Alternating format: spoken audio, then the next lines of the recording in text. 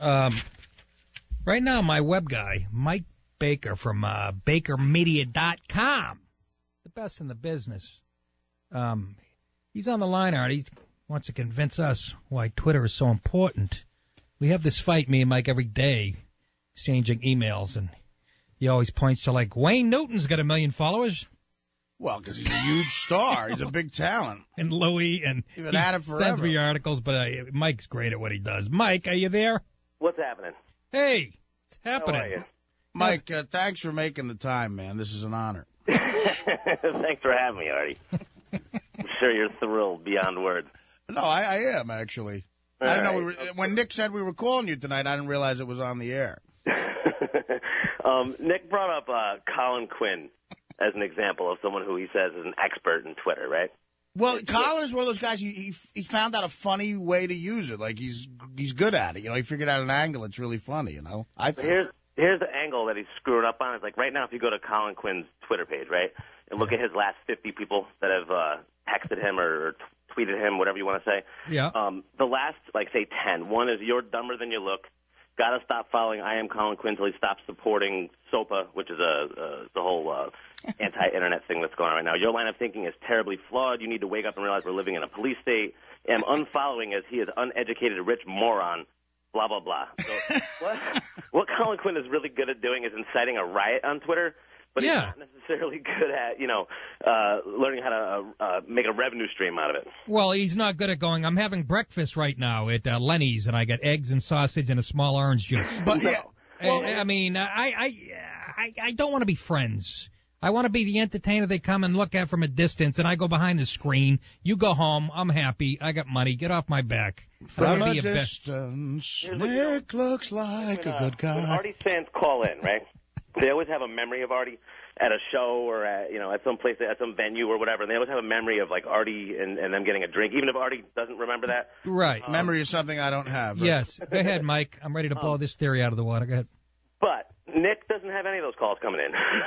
And again, Mike, I'm going to say it to you again. Yep. It's because Artie was famous and on the greatest radio show in the history of radio for 10 years. And I'm also an enormously fat heroin addict. You remember that? We skip over the most important part of the formula. He was famous before Twitter was ever around. But wait a minute, what's his point? I would have, like, because I don't do it. Like, what are you saying, Mike? What does that mean? The point is, all you have to do is be nice, and you gain a massive following. And you treat it like it's not you saying what you ate for dinner or what you did all afternoon long. You treat it like it's fan outreach, and the memories that people have of you at that bar having that drink are something that'll stick with them forever. But if you just reach out to people on Twitter, then all of a sudden they feel like they just contacted you, they just talked to you and hung out with you.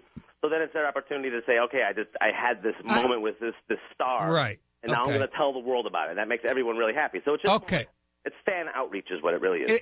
Fan outreach. Again, if it doesn't put any money in my pocket. But I think it can. Is what he's saying. But you can have 250,000 followers, and there are people out there who do, and it doesn't put any money in their pocket.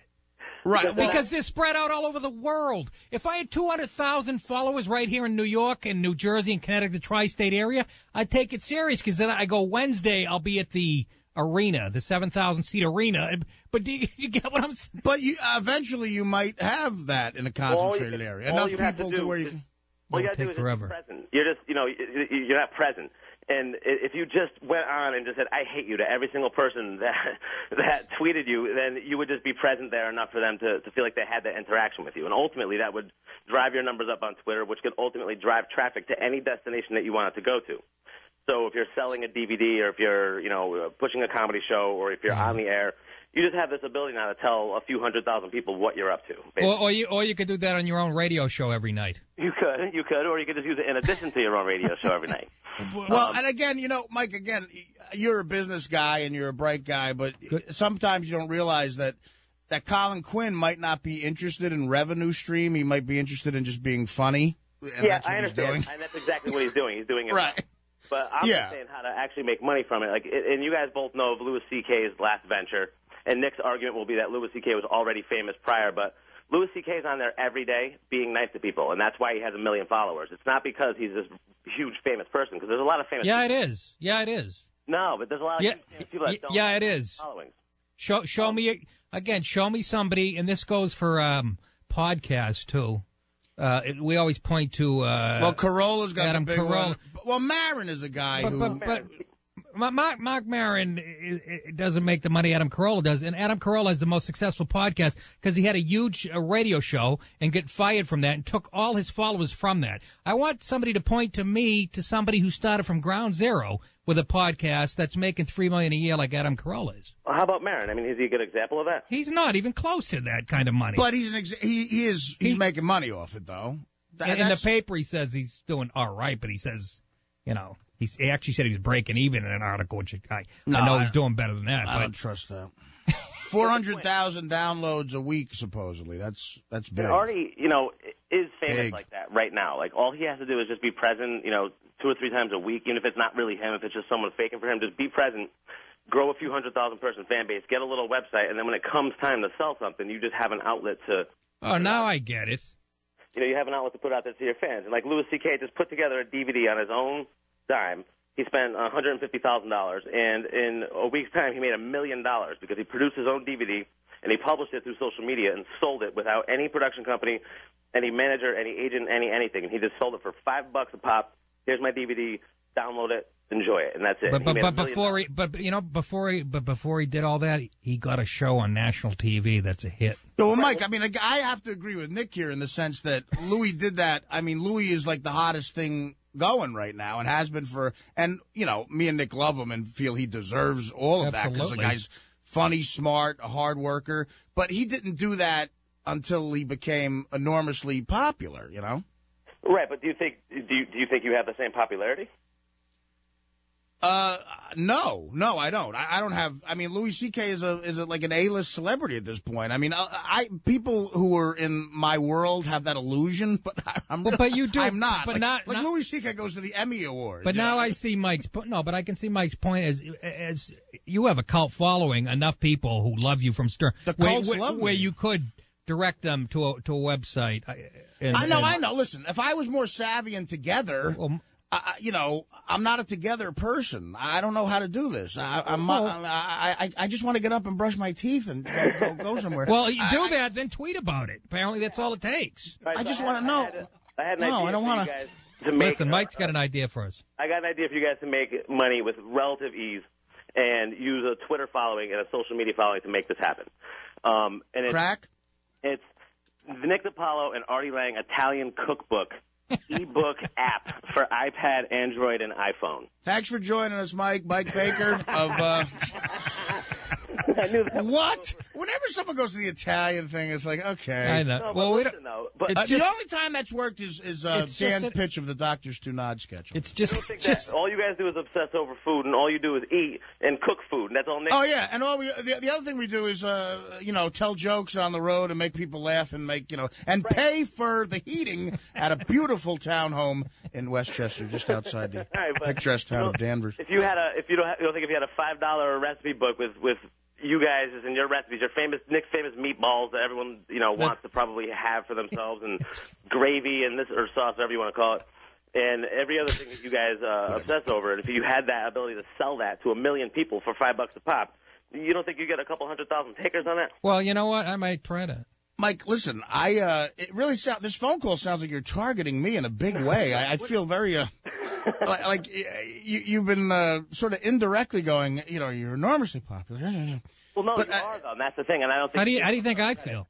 How do you think I feel? He told me in an email today that he was going to convince us when it's really you. But he's stepping over my own guy. You're on his team. I'm the one who's holding out. Like so, but. Don't you think the reason people remember me is kind of for more negative stuff than positive? Like no, the people that would remember Nick is because he was really funny at a club. With me, it's because I threw up on their shoes. They just remember you because you made them laugh and you made them feel good. That's all they remember you for. You made them feel good. Then let's sell ecstasy on my site. That's the same thing. All right, Mike. You know what? You did have a little breakthrough with me tonight. I understand. It's about redirecting it back to a site. To a thing that you have your DVD for sale right now, but. Have you personally gone in, aside from plugging on your show? It went, by the way, Raw Nerve went styrofoam as of midnight. I signed the copy at my gig the other night. Artie signed the copy at the Borgata. All right. All right, we got to talk about Mike. This is interesting. I got a break, man. We're way over. Okay. Yeah, they're my rules. Get mad at me. Trying to talk to your buddy. Well, no, I said we could discuss this through on the phone tomorrow, and I'm willing to listen. I tweeted for a while, and I got bored with it. And, are you committing me to a conference call? And we come back. No. Can't commit to a conference. Hey, Mike, we'll talk later on. Mike, I like the gravy idea. Thanks, Mike. Mike Baker, Bakermedia.com. And when we come back, Colin Quinn is waiting on the other line. Mike, fax me a proposal. We've started a Twitter war. Detailing the gravy idea. Nick and Artie, 1-800-JIM-ROME. Be right back.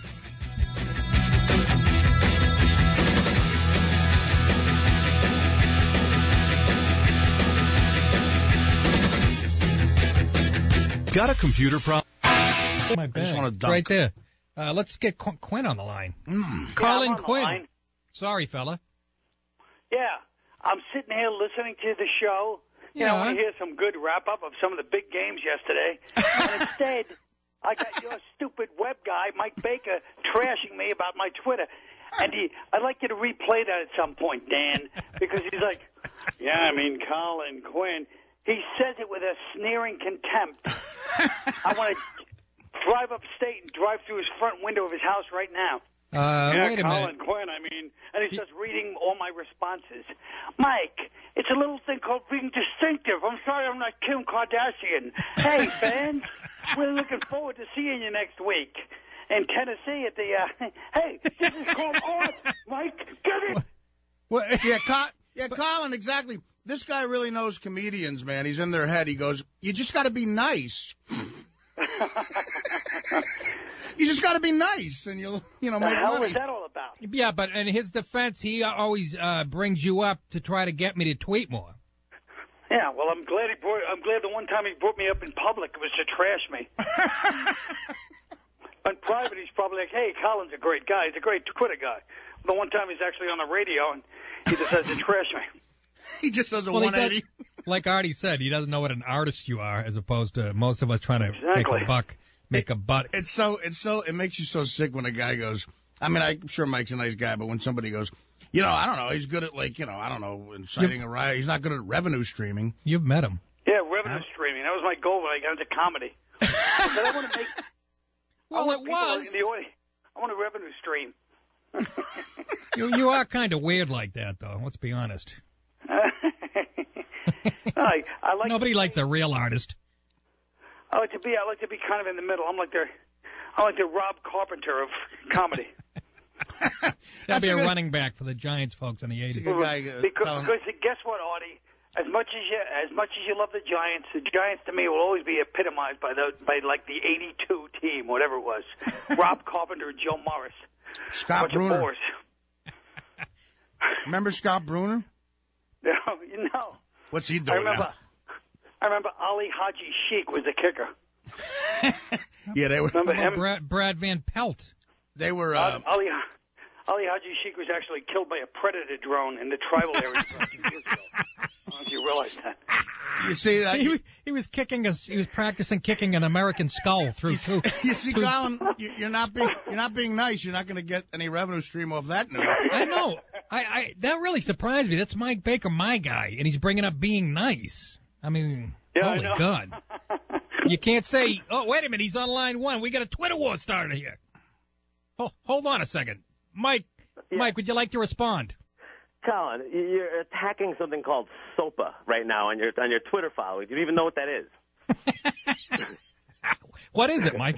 What is it, Mike? It's a Hey, producer, can we have these guys talk to each other? Effectively black out. It could potentially black out the entire internet. And it's trending right now on the internet. So like every 0.3 seconds, there's another thing happening that's basically anti-SOPA. And so what he did was come out against it, and now he's just losing fans and followers left and right because everyone's pissed at him. And now he has a hacker group anonymous that wants to hack him and take him out and take him down. He's just causing a disturbance in the. That's what he wants What's to happening? do. That's what he wants to do. You realize it. Go ahead, Colin. Who's trying to hack me and take me down? Some hacker group. Have you Some North Koreans. Mario Joyner. Right after they break into the Pentagon, they're taking you down. What? And then they're going after Stu Kamens. What's going on? Mike, what have you heard?